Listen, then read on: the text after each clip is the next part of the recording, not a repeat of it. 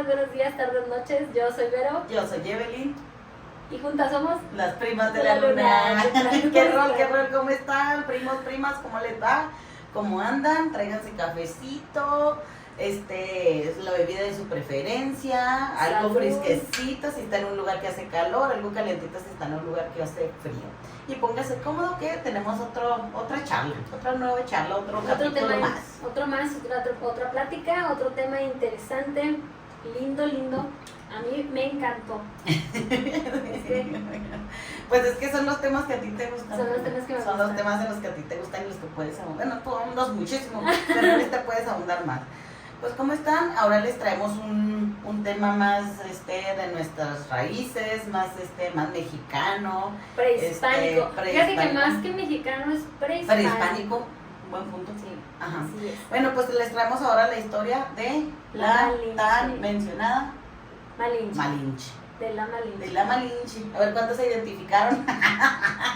Vamos a andar en ese tema de que se ha utilizado su nombre para hacer un insulto, prácticamente es un insulto, se ha utilizado de forma negativa, burda. Y vamos a ver qué tan cierto puede ser. Vamos a ver la historia y el contexto. Y lo dejamos a su consideración. Ya terminando lo platicaremos a ver qué puntos de vista nos dan por ahí. Está un poquito extenso porque vamos a tratar de darle los puntos más importantes de la historia, porque este tema es súper completísimo y yo creo que nos van a faltar muchas cosas por hablar, pero pues así a grandes rasgos. A mí en lo personal, prima, me encantó la forma en la que lo redactó una guionista de cine. Ella se llama Laura Esquivel. Este es el libro de ella, miren. Este es el libro de ella. Laura Esquivel. Está muy padre el libro, o sea, el enfoque que ella le dio, a mí me gustó y me enganchó mucho la historia. Es que también lo hizo como tipo novela, Como tipo novela, es que ella es novelista, sí, ella claro. nació en la Ciudad de México en 1950, tiene una carrera como guionista de cine.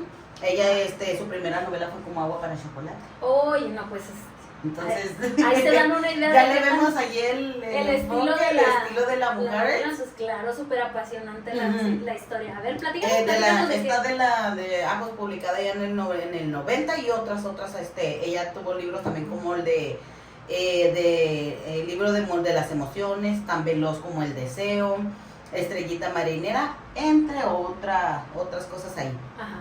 Esta autora le da pues un toque entre su imaginación, como el estilo de ella, y recapitulando históricamente cómo fue Sí, o sea, hizo su chamba, hizo su investigación y se basó en eso para darle forma a su novela.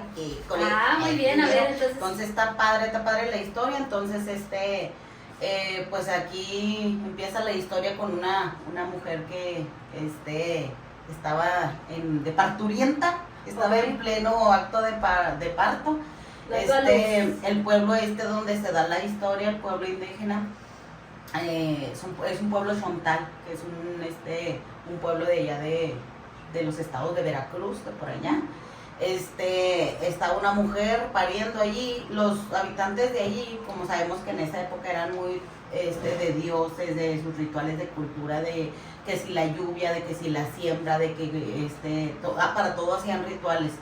Entonces tenía como 3 días que había llovido. El dios claro ya los traía en friega con la lluvia. Mira, muy de rituales, pero no sabían que tenían que enterrar un cuchillo en el jardín para que dejara de llover. Con razón es típico de allá de Veracruz. Oye, yo traigo el dato de que era de Oluta. Así se llamaba el pueblo. Es que el papá bueno, ahorita nos vamos en ese rollo. Bueno, pues por allá estaba la mujer ahí pariendo, entonces te digo, ya tenía como 3 días así, el clima llueve, y entonces pues ellos eran mucho de Quetzalcóatl, de Tlaloc, de todos esos dioses, ¿no?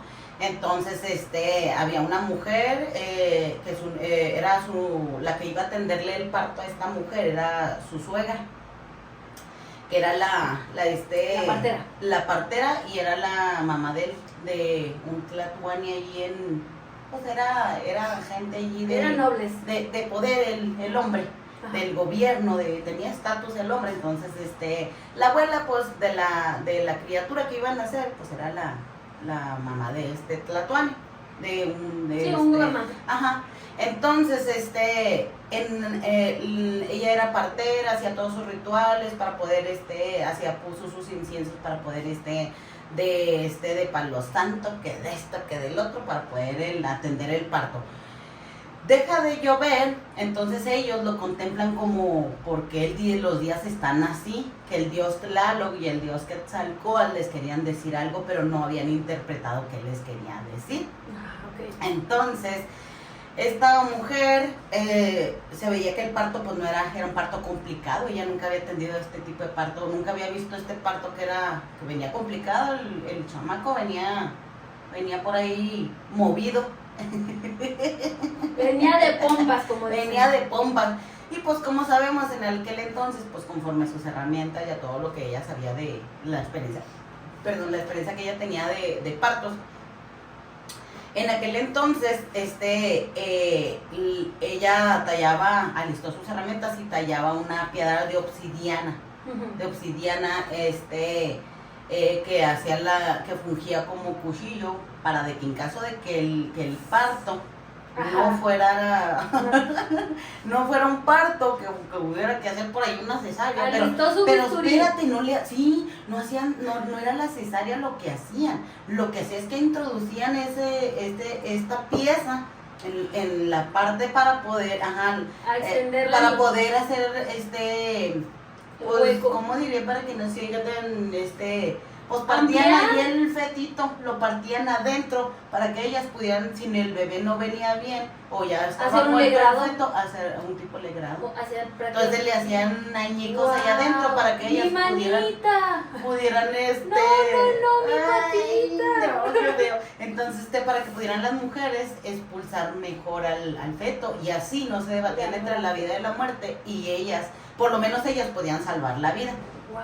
Entonces, mira que, o sea, estaban utilizando y eran salvajes, incivilizados, fíjate, pero ¿cómo tienes esa conciencia de hacer esa limpieza para poder salvar la vida de la mujer? Así, porque ellas tenían esa creencia de que por lo menos salvabas la vida de la mamá, ¿no? De la madre. Entonces, pues ella listando ahí todos tus argumentos, sus instrumentos y esto y lo otro. Y pues la lluvia, se pone un día bonito y ahí te da la mujer con hora, parto duró más de lo normal y así, por total. Que en eso que ella estaba listando sus herramientas para meterle cuchillo, que ve los pelillos de ahí de la chamaca que van haciendo. Ah, no, espérate. Okay. No, siempre no. Entonces, Dije, no, yo salgo sola. Entonces, pues nace, es una niña.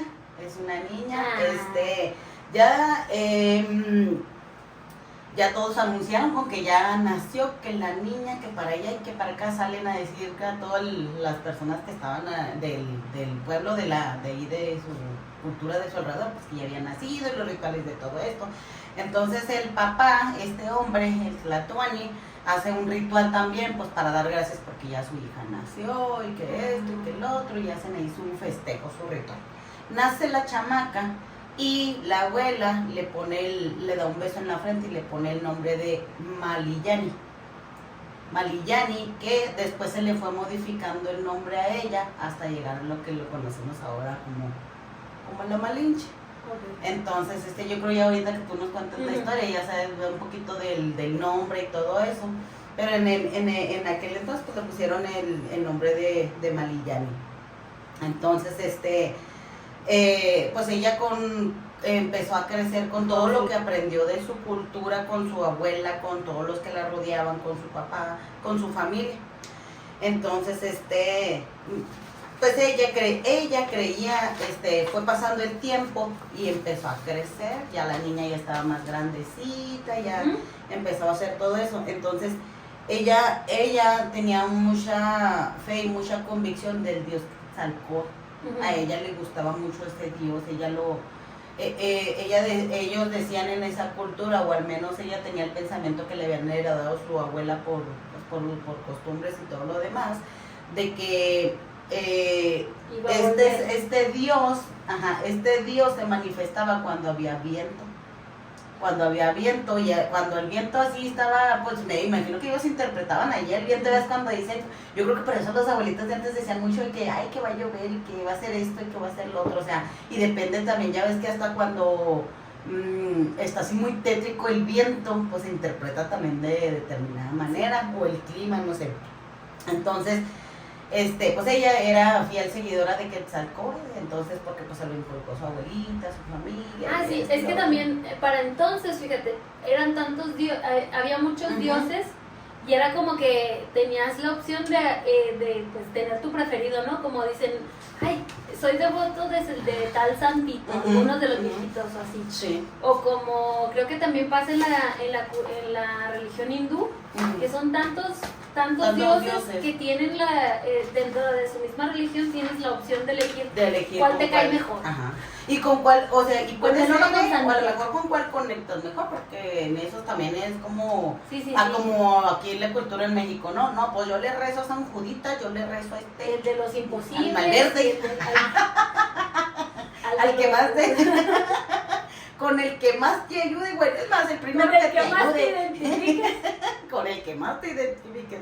Bueno, pues total, nace la chamaca, va creciendo, esto, lo otro, pues ella decía que cuando el viento soplaba de determinada manera era cuando se manifestaba su dios Quetzalcóatl. Okay. Entonces, para ese entonces, allá por los otros lados del mundo, estaba este hombre, el Hernán Cortés. En español, tío. El Hernán. Ajá. Era hijo único. ¿Sí sería muy cortés? Ay, pues no creo. ¿Quién sabe? No era tan cortés. Ahí te va, ¿por qué? A ver, fíjate bien. No era tan cortés porque como mira, él era una de familia acaudalada, también, pero de allá de las Españas, tío. Entonces era hijo único. Entonces, pues todos los caprichos que él quería, pues no, quiero conquistar a los de aquel lado. Pues váyase, mijo, pues a conquistar. Ay, papá, entonces, necesito 3 caramelas. Sí, ajá, ándale, pues sí le dijo. Hasta con el rey. Los reyes, sí. Hasta con los reyes católicos. Sí, entonces él, pues, pues ya no lleva ni qué hacer el hombre, estaba aburrido. Entonces él se empezó a buscar nuevas rutas para explorar, para decir, pues no te, aburrido. O sea, ¿qué haré? Iré por ahí con unos malinches por allá, unas inditas allá. Entonces, pues él empieza a buscar opciones para financiar todo. Pues me imagino que con las amistades acaudaladas y todo eso. Entonces empieza a buscar sus medios para abrirse camino, que para allá, que para acá. Bueno, regresando otra vez acá con la Mariani, con la Malinche, con doña Marina, o ya otros miles de nombres que le pusieron a ella, empezaron pues ella empezó a hacer, te digo, a trabajar toda la cultura que ellos tenían, de creer en esto, creer en lo otro, para allá y para acá. Entonces ella decía, yéndome un poquito más adelante, ella decía que cuando llegaron estos hombres de allá, los españoles, a venir para acá, ella creía que el viento los había traído. Entonces, a ellos decía ella que los contemplaba también como dioses, a los españoles cuando vinieron. Sí, muchos los contemplaban como dioses, por eso muchos se unieron a ellos. Ajá. No me adelanto. Entonces, pues los contemplaba como dioses. Y luego, por ejemplo, en el pueblo de ellos eran cultivadores de maíz, eran mucho de la agricultura y lo principal pues era el maíz. Ellos le hacían un ritual bien grande al maíz, a las cosechas de maíz. ¿Por qué? Porque pues es un alimento básico y súper nutritivo y puedes hacer miles de cosas. Entonces, pues era básico de su alimentación. Entonces, ellos cuando venían los tiempos de cosechas y todo eso, ellos se disfrazaban, se ponían unos hacían como tipo pelucas y se les ponían como si se vieran como güeros ellos. Pero ellos simulaban el color del elote, del maíz, y por eso ellos hacían ese ritual con ese tipo de pelucas para simular disfrazarse del producto del elote. Y se ponían su pelo de elote. Exactamente. Okay. Entonces, pues cuando llegan estos hombres de allá, con su pelo de elote. Pues olvídate, si ellos le tenían una veneración bien grande al maíz, Entonces pues dijeron, estos son dioses y los trajo el viento, los trajo Quetzalcóatl y los viene pues a aumentar toda nuestra abundancia y viene a hacer acá planes chidos, ¿no?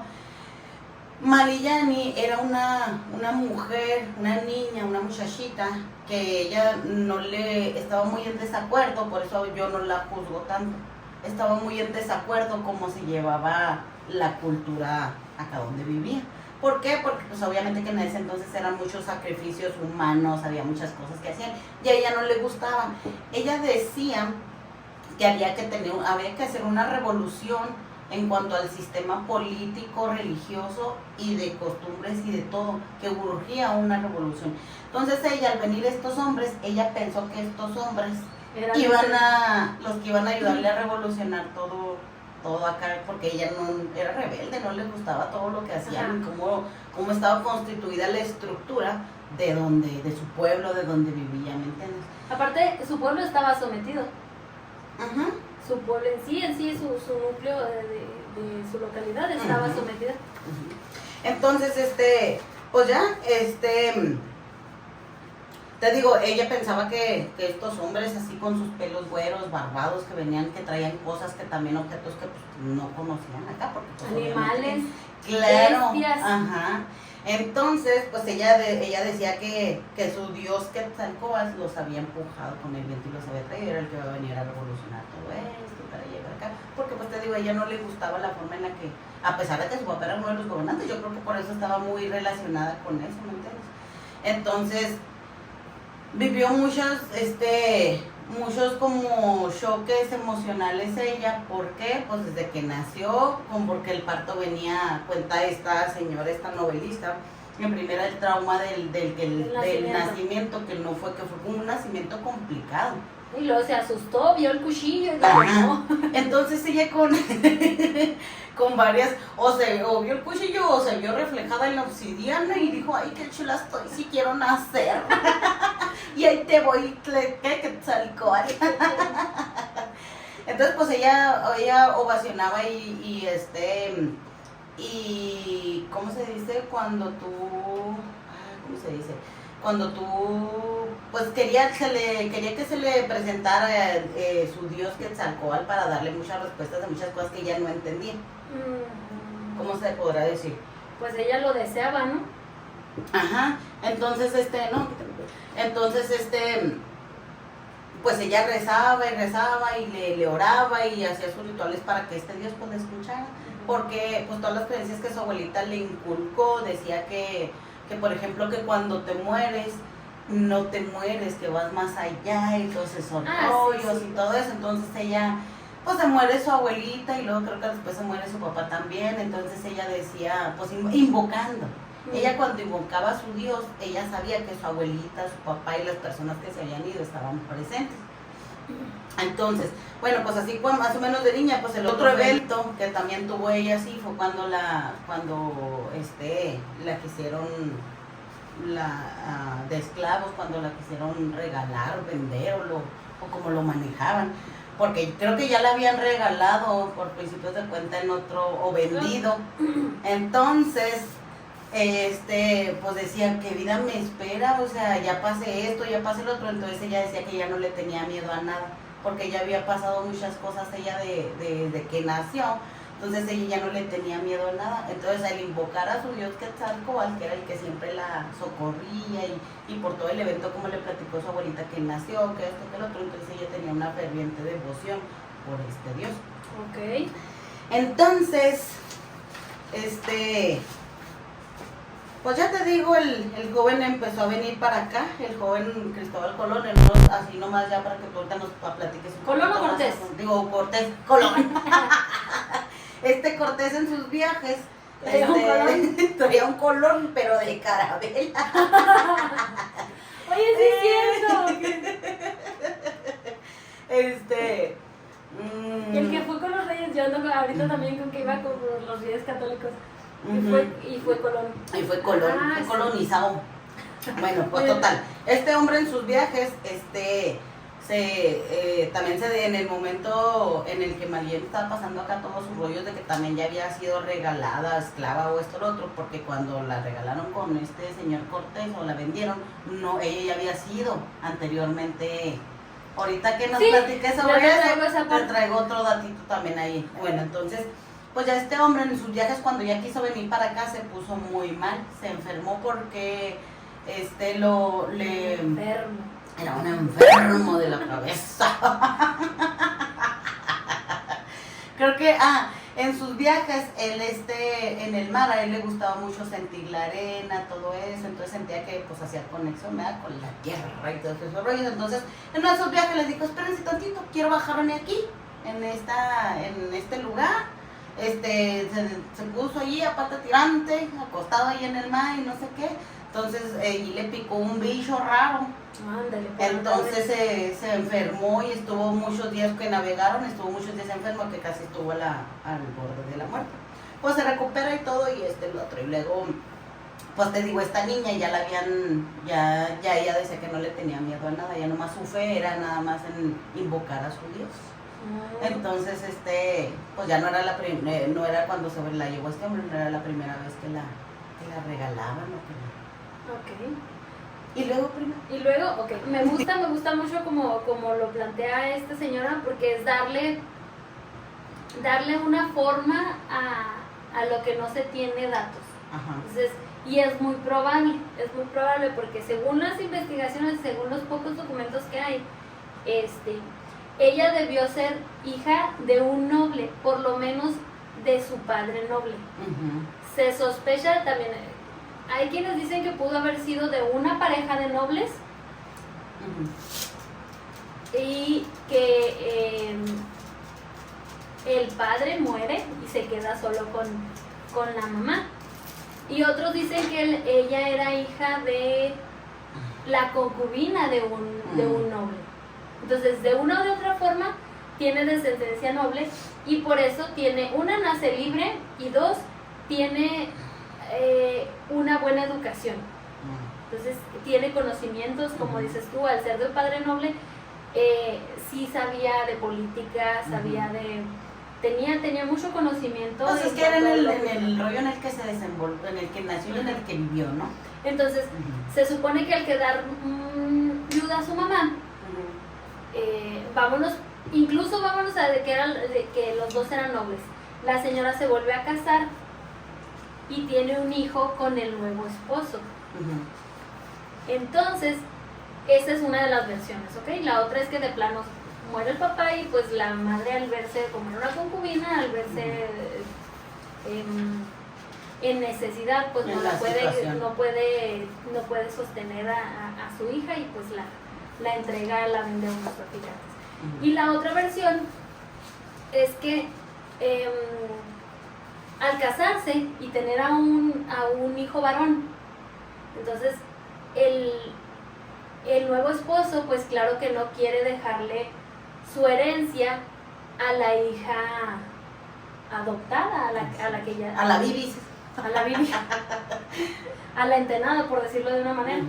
Entonces, para proteger a su propio hijo, al que era su primogénito, pues de alguna forma convence a la mamá y la dan a ella, pues no en adopción, pero la venden a unos traficantes de esclavos, lo que para entonces era el equivalente o lo más parecido a un esclavo, que se llamaban tlacotlis. Entonces, esos traficantes la venden a ella, a un noble maya, como tlacotli. Ella, como dices, ella nació por las zonas de Veracruz y por ahí. Todas esas zonas eran de pueblos que estaban sometidos por los mexicas. Sí, todos ellos hablaban náhuatl. Este señor era el tlatoani de Painalá, y Painalá está en Veracruz, en Coatzacoalcos, en el puerto. Bueno, entonces la venden a un maya. No me queda claro exactamente en qué región, pero sí se sabe que la venden a un maya. Entonces, ahí lo que pasa es que al venderse como tlacotli, ella tiene y se ve forzada a aprender un nuevo idioma. ahí empieza todas sus, más todo el conocimiento de su educación que ella tenía, más al empezar a ser bilingüe, empieza a tener ese pasito más en comparación de las demás tlacotlis. Sí, está un poquito más arriba que las de dijo, yo ya soy trilingüe, mijo. Más adelante. Por Sí. lo pronto, en el momento en el que Cortés llega a la zona en donde están, pues ya llega un punto en el que se los dan la regalan a ella, a Cortés, junto con otras 20 esclavas o tlacotlis, para evitar conflictos, porque entonces se daban las mujeres como para terminar una guerra. Era una forma de un acuerdo, ¿no? Como tipo acuerdo, ¿no? Era un acuerdo, pero era una forma de pacificar. Sí, de rendirte, sí, como de rendirte, pero de una forma con clase. O sea, no nada diplomáticamente. Más, diplomáticamente, una rendición, así como que, ok, calma, mira, ahí están estas chicas, que de hecho, algunas ocasiones ni siquiera eran esclavas, eran hijas de los mismos nobles, con la intención de, como antes eran los matrimonios arreglados, ok, y mejor no peleemos y hacemos una alianza, y como va a haber esa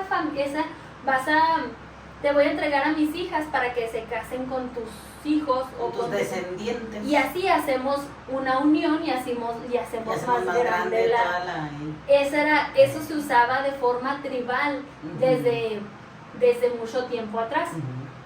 Y estaba esa costumbre. Pero pues estás de acuerdo que los españoles no iban a tener la conciencia de esa. A ellos les daban mujeres y muchas veces no reconocían entre si les daban esclavas o si les daban princesas. Mujeres eran mujeres y llegaban y las repartían. Entonces, cuando llegan y reparten esas 20 mujeres, sí se dice que estaba muy guapa, sí se vio la obsidiana. Porque Cortés reparte a las mujeres y ¿cómo dije? Malillani. La reserva para el más noble de su comitiva, el de rango más alto. Alonso de Portocarrero era primo de un duque de no sé dónde. El caso es que era el de más alto rango en cuanto a la nobleza, y le reservó a Malillani. Las bautizan y a Malillani le ponen Marina. Oficialmente es el primer nombre que se le conoce históricamente. Muy probablemente haya sido por ahí, porque dicen que probablemente era el nombre Marina, era lo que más se parecía a su nombre, pues el nombre original de su cultura, ¿no? Sí, el nombre que le pusieron en su cultura. Su nombre de nacimiento. Entonces la entrega a Portocarrero, la bautizan Marina. A Marina se va, el nombre de Marina se va, como dices tú, modificando con el paso del tiempo, que más adelante te digo por qué. Ok. Para cuando llegan, Cortés tiene a Jerónimo de Aguilar, que era él era el que funcionaba como su traductor inicialmente, porque había estado prisionero de guerra con pueblos mayas precisamente. Entonces, como habían andado todo el sur de pues lo que ahorita es el sur de la República, más hacia el centro, más hacia Centroamérica,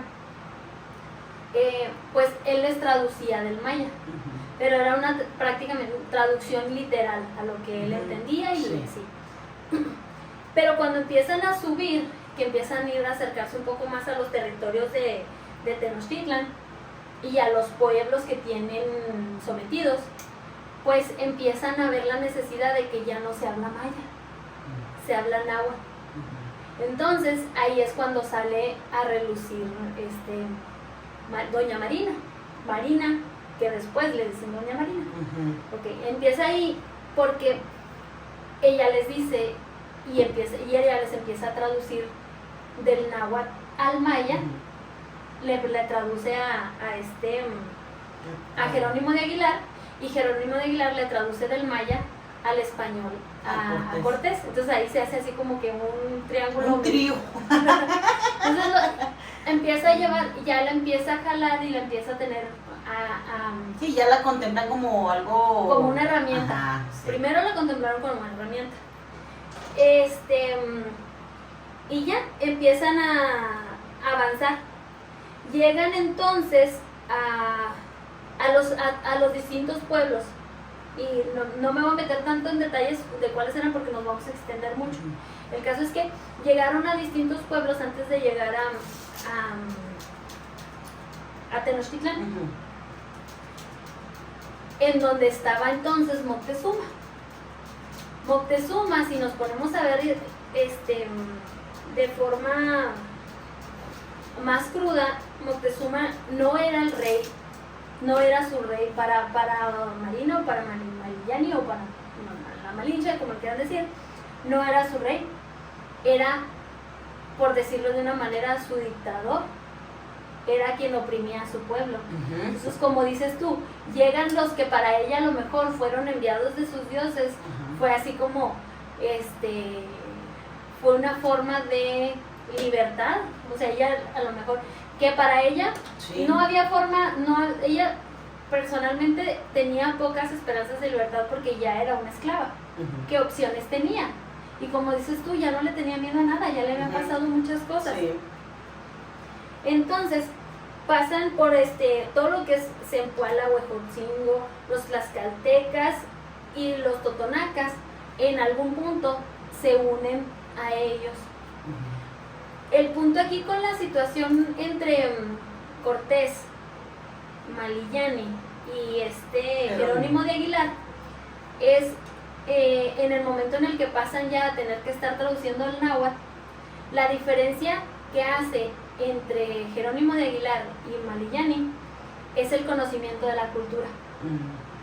Entonces Jerónimo de Aguilar traducía del maya tal cual lo que él entendía y, o sea así, la traducción literal. Pero Malillani conocía la cultura y siempre le daba el sentido que necesitaba darle de una forma a la otra. Ustedes saben, tú lo sabes, que a veces cuando haces la traducción de un idioma al otro, no hay esas palabritas que explican exactamente lo que quieres decir, que cuando las traduces te cambia el sentido de la frase.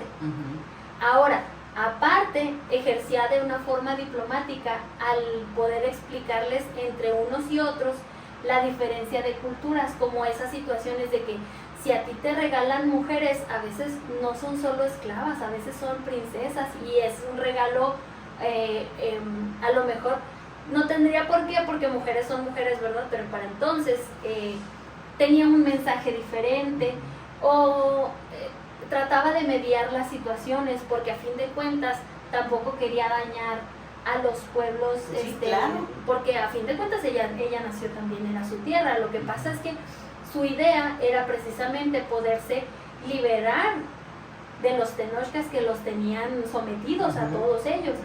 Entonces ella empezó no solo como traducción, como traductora, sino como diplomática, y se empezó a ganar el respeto de los pueblos, tanto como el de Cortés en su momento. Ya vamos a ver, pues es que ya una mujer así de ese tipo, imagínate en esa cultura, pues llamaba la atención, pero que si todos volteaban yo a verla, ¿no? Claro que sí, porque en el momento en el que llegaba a hablar con los gobernantes de los diferentes pueblos, lo primero era un rechazo porque las mujeres no se podían dirigir a los gobernantes, mucho menos era una esclava hablando directamente con los grandes nobles. Ahora, en el momento en el que llegan a Tenochtitlan, Moctezuma es uno de los primeros choques que tiene. Dice, ¿cómo puede ser posible que esta mujer me esté hablando y me esté viendo a la cara y me esté hablando directamente y con esa postura? Sí, ¿estás de acuerdo? O sea, la vio como, espérate, y luego cómo está haciendo la voz de ese hombre que trae un ejército tras de él. Entonces llega un punto en el que van a negociar entre Moctezuma, y Cuauhtémoc llegan y los recibe, no pelean. Los recibe, incluso Moctezuma le da una de sus hijas a Cortés. Para entonces ya Cortés ya le había retirado a Doña Marina, entonces ya era Doña Marina, ya se ganó el respeto de la gente, ya era Doña Marina y se la había retirado a Portocarrero. Y para entonces le da la princesa, hija de Moctezuma. Cuando Moctezuma le da a su hija en obsequio, valga la, en ofrenda, Cortés se la da en compensación porque pues prácticamente ya le quitó a Doña Marina y le entrega a la princesa. Ya después creo que la princesa y sus hermanas buscan la forma y se escapan de los españoles, pero ya es otro cuento. El caso es que, aparte como ya estaban muy cerquita, Doña Marina y Cortés, mira, ahí se hicieron cositas. Algunos historiadores lo ponen como que se enamoraron y que no sé qué. Sí, porque esta mujer lo maneja con la idea de que, por ejemplo, ella la llamaron Doña Marina al momento en que ya fue la amante, así con esas palabras, y que ya fue la amante de Cortés, es cuando le dicen, pues no, ya es la jefa, no, porque ya está con el jefe. Entonces Doña Marina ya. Doña Marina, y yo según las cosas que vi, pues que Doña Marina se lo empezó a ganar porque se empezó a ganar el respeto de la gente. Ya era Doña Marina. Pero yo creo que más bien era como que conveniencia, ¿no? O sea, ya que sí. Aquí estamos y nos echamos yo la mano. Yo te doy, tú me das, tú me ayudas. Nos echamos la mano y otra cosita también. Yo creo que era entre que conveniencia y entre que pues no estaban mal ninguno de los dos. Aparte digo, Cortés dicen que también era Cusco, el señor le daba buena la hilacha también. Pues tú crees, mi hija. Ajá. Entonces, ya están con Moctezuma. Se quedaron para conocer. Literalmente le dijo Cortés que a Moctezuma que le gustaría quedarse para conocer, porque según sus textos, sus documentos que se encontraron después, él lo comparaba con lo que entonces era Venecia, Madrid, ese tipo, o sea, comparó la belleza de Tenochtitlan con ciudades europeas muy importantes. Dice que era un lugar impresionante, era precioso y tenían una organización muy interesante. Muy y era un lugar, ¿no? Sí, y era un lugar de verdad impresionante, era una metrópoli. Entonces él dijo, no, pues nos quedamos para conocer y platicar, y de ahí quería pues negociar también, que de qué tal que se unían junto con los demás. Para entonces viene llegando Pánfilo de Narváez con una orden de arresto para Cortés, porque ya había hecho también sus travesuras ahí, inundó unos barcos, con tal de que no se le fuera el ejército, encalló sus naves y se hizo cosa y media para obligar también a su ejército a que no le quedara de otra más que acompañar. Entonces, en el momento en el que se da cuenta que van a arrestarlo, él se ve obligado a salir a encontrar a Pánfilo de Narváez para mediar esa situación, y deja encargado en Tenochtitlan como su representante a Pedro de Alvarado, pero lo deja con el ejército, se va apenas con unos cuantos. Entonces él se retira, pero Pedro de Alvarado era bélico, daría de moda ahorita. Entonces, con Cortés fuera del radar, pues él se levanta en armas contra Tenochtitlan. Y ahí empieza el argüenderío. Sí, ni siquiera fue Cortés y ni siquiera estaba Doña Marina ahí.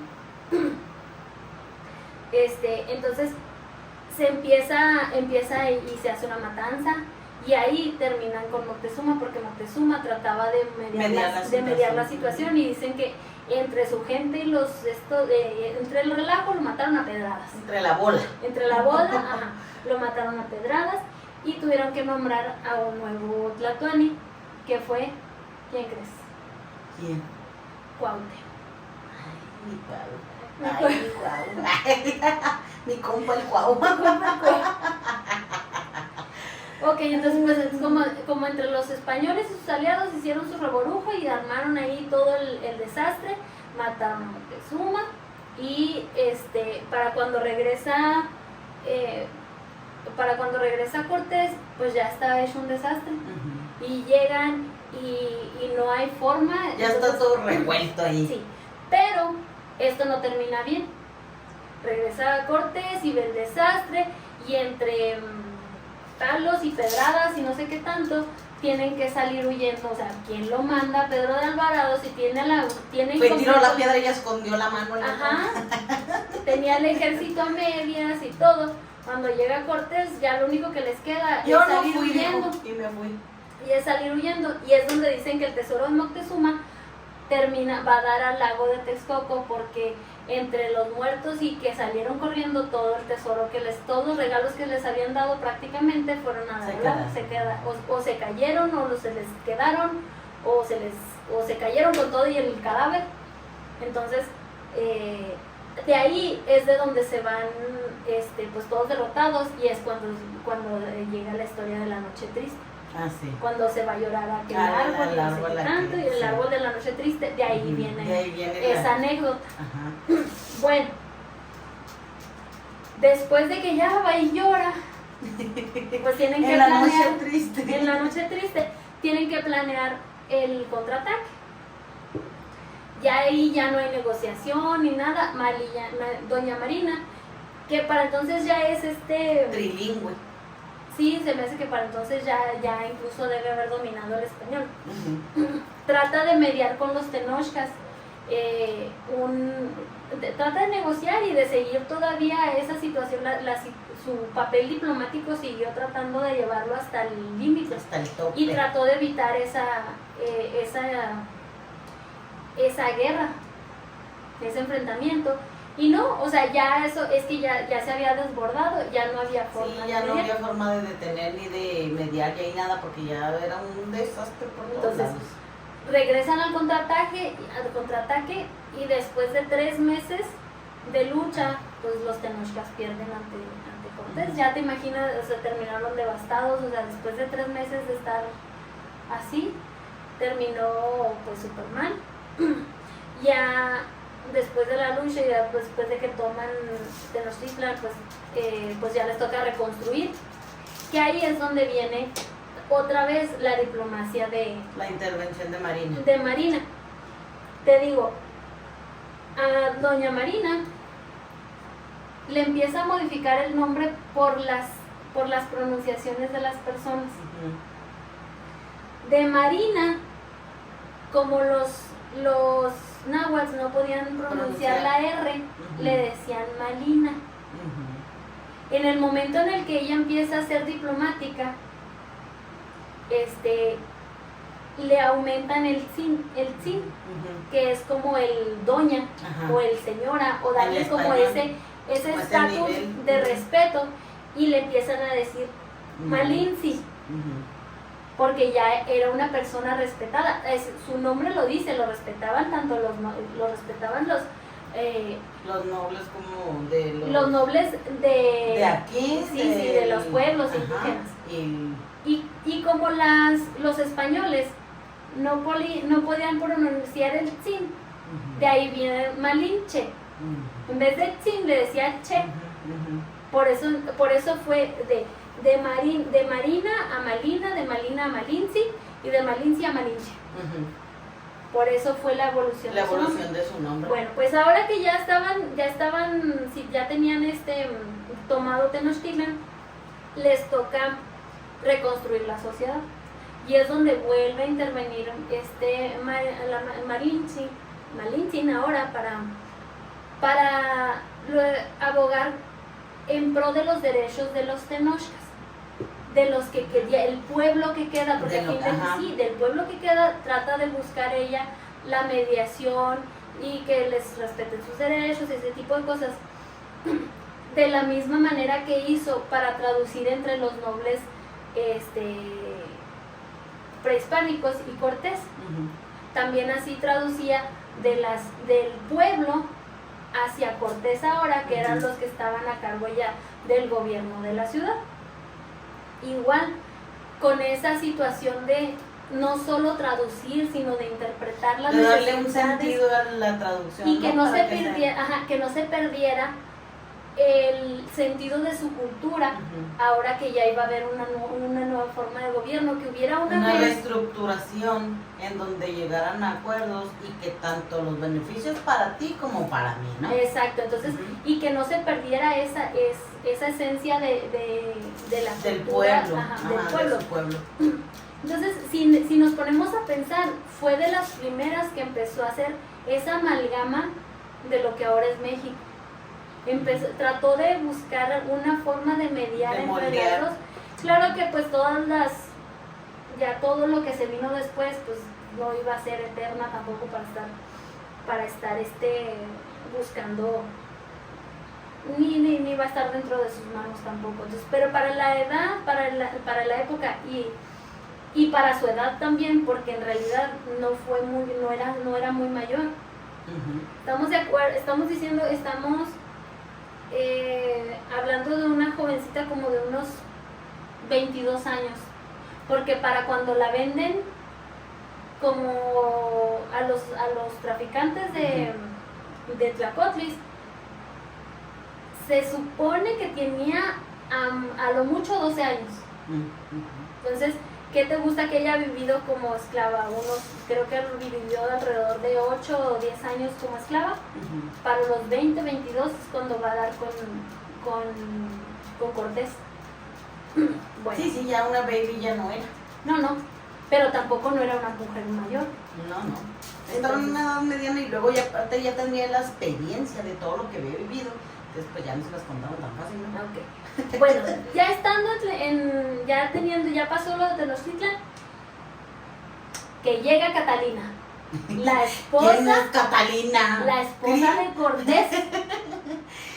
La Y se agarra esposa del chongo. de Cortés. No, ella, mira, dijo que llegue, está bien. Y se dice que el día que llega, discute encarnecidamente con Cortés y a solas y no sé qué tanto que le da el patatús y fallece. ¿A la mujer? Ajá. Hay quienes sospechan que pues Cortés, mira, dijo, ay no, bye. No me sirves, mijita, Ajá. así de tóxica. ¡Ah, qué caray! Se puso buena onda. Para los mismos días en donde llega Catalina y dicen bye y ya, se le acabó el cuento a Catalina, nace el primer hijo de Cortés y Marina. Malinche, que se llamó Martín Cortés. Y se dice que fue el hijo predilecto de Cortés. Sí. También.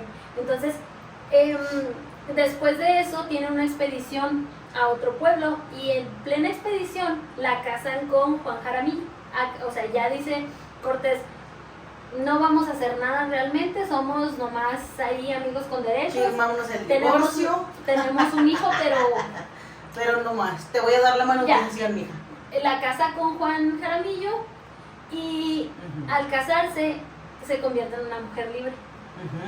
Entre Sí. comillas, porque ya está casada y entonces ya sabemos que el matrimonio Bueno, pero ya no es oficialmente una esclava, ya no es una esclava Sí, oficialmente, ya tiene... Ya le dio su libertad, le pagó su libertad. Sí, ella pagó por su Pues libertad. está bien. Y como como el matrimonio tenía el sello de la Iglesia Católica, el sello papal, pues ya oficialmente era una mujer libre. Y como regalo de bodas, ella pide la encomienda del pueblo de Oluta, que es donde se sospecha que ella era Nativa de ahí. Entonces, ¿qué pidió? Pidió ser la encargada de su pueblo para poder cuidar de su gente. Era muy adelantada, su época era muy inteligente. No, pues era- por esos personajes, por eso revolucionaron todo o sea, para poder llegar a lo que tenemos ahora, a lo que somos ahora como pueblo mexicano, ¿no? Ujú. O sea, son de los personajes así bien trascendentales que llegaron a revolucionar muchas cosas. Claro. Bueno, pues en ese viaje llevaban prisioneros al último tlatón elegido en Tenochtitlan, Ajá. que fue Cuauhtémoc. Ujú. Perdón. Y a otro gobernante, Tetlepanquetzal, el señor de Tacuba. Ujú. Y a ellos dos en el camino los ejecutan. Deciden ahí que ya no les son útiles como prisioneros de guerra, y es cuando ahí lo castigan, y es todo lo de la situación de Cuauhtémoc y sus patitas. ¿Y tus patitas qué marica?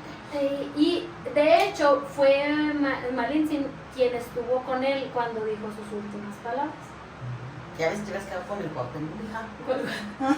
Con el Catemo. Con Cuauhtémoc, que se supone, esta sí no estoy segura, le di una buscada así rápido, pero según lo que busqué, estas fueron sus palabras.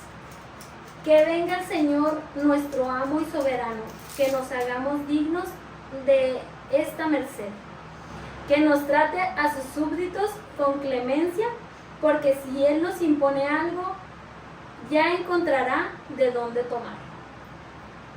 Ellos hablaban, me acuerdo, yo sí, todo lo que es los escritos prehispánicos siempre los he tomado, los he sentido muy poéticos. Entonces, se supone que esas fueron las últimas palabras. Esto se supone porque eso lo... ¿Sabes cómo a qué me suena esa frase? Como cuando en la religiosidad dice, oh Dios, haz tu voluntad y que tú que el otro ya sí, ya ni modo, o sea, ya estoy aquí, sí, que sea lo que ya pase. que se haga tu voluntad, ¿no? Sí, así sí. me sonó la frase. Sí, como ya nada como una más. Resignación. Como una resignación y una de que, pues ahí te voy, San Pedro. Ajá.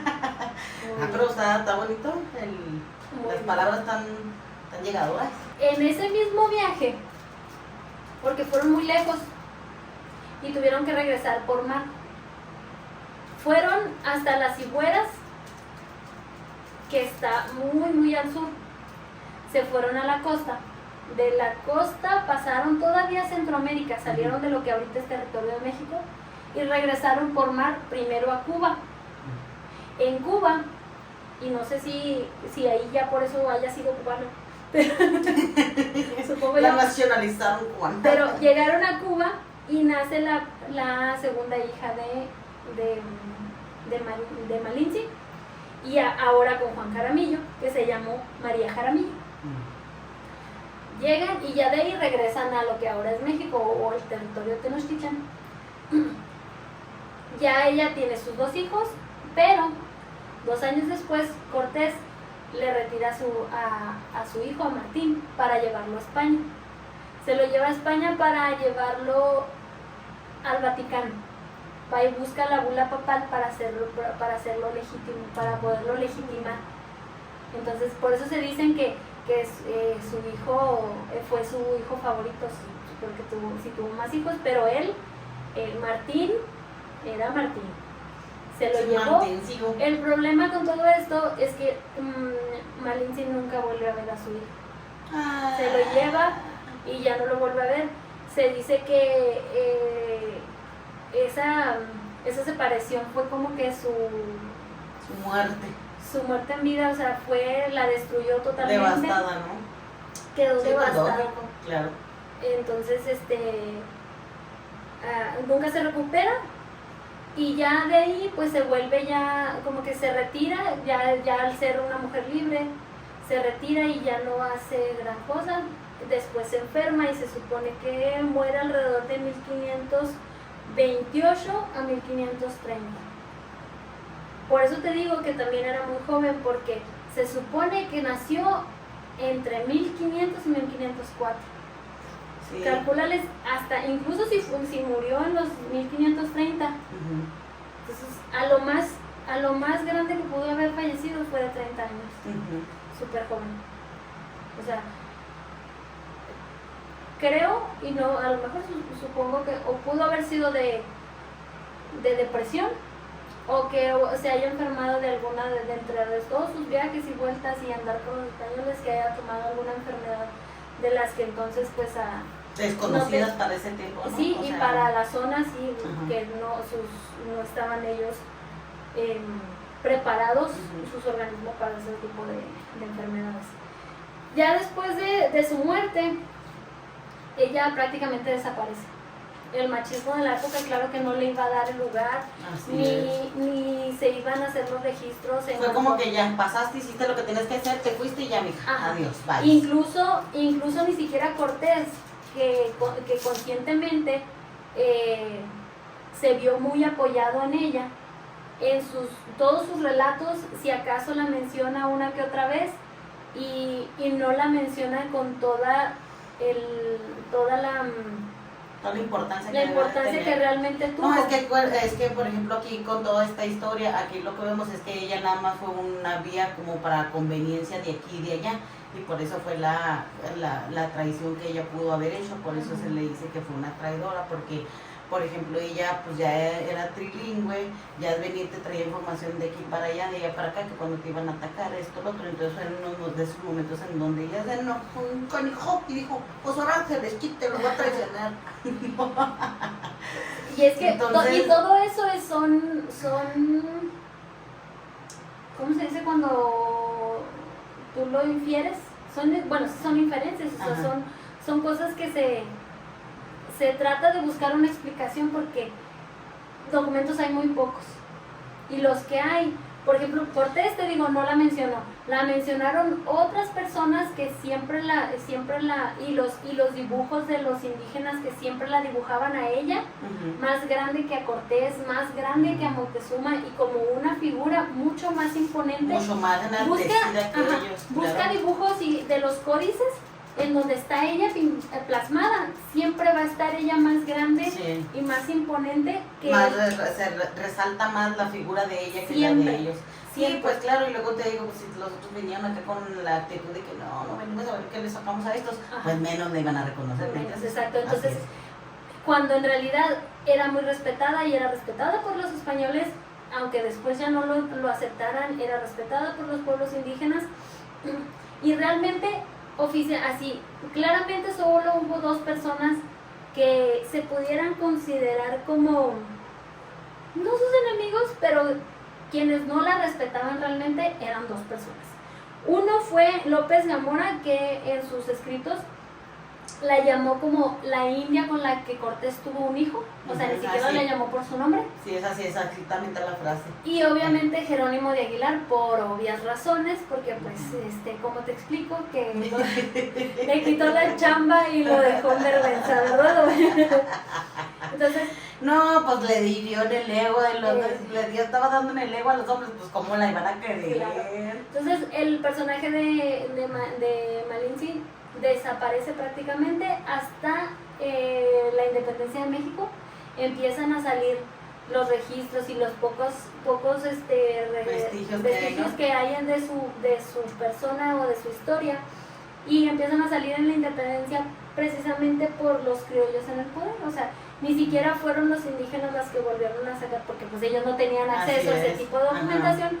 Pero los que entonces estuvieron en el poder dijeron, mira, aquí hay un personaje que le podemos, dar la vuelta, y desde un principio, en el momento en que reaparece, la empiezan a poner en una situación negativa, y empiezan a sacar de contexto toda la labor que ella hizo de forma diplomática, totalmente admirable para una persona de su época, una mujer que defendió a su gente, que no pudo haber traicionado a México porque aún no existía México como país.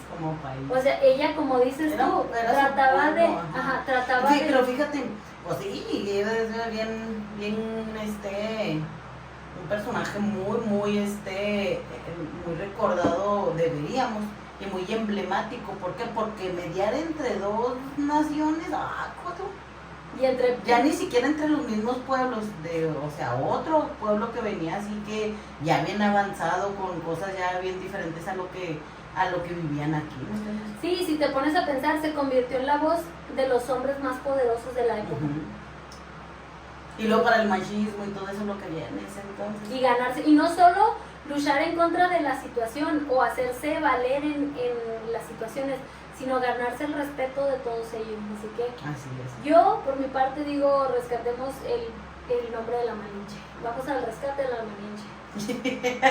No sé, ¿tú qué opinas? ¿Qué te deja? No, pues a mí me encantó la historia, ya viéndolo ahí de, como tú dices, tú te quedas con eso. A mí me encanta la historia, te digo, este es un libro en el que esta mujer lo expresa de una manera que te engancha luego la historia. Y no, pues igual, o sea, te digo, una mujer como para haber hecho todo eso y que el pueblo mexicano o el mundo lo reconozca como dices tú, cambiando el contexto y todo eso. Entonces, pues no nos quita nada buscar ahí poquito de información y esto y lo otro y ver realmente cómo fue la verdadera historia y qué fue realmente lo que hizo, porque mira, todos los personajes, todos de presidentes en México, ya ves que dicen que Benito Juárez no era como esto, que Carranza quién sé qué, o sea, todos. Pancho Villa. Exactamente, entonces, pues si andaban en ley en el desmadre, pues no era tampoco tan así de que, ay, blancas palomitas. Exactamente, entonces probablemente por ser mujer, en ese entonces no se le dio no se le se reconoció la figura y todo lo que hizo ella, ¿me entiendes? Y como dicen, la historia la cuentan los vencedores, así que van a encontrar la forma de elegir los personajes y darles el matiz que necesitan para contar su historia. Ajá.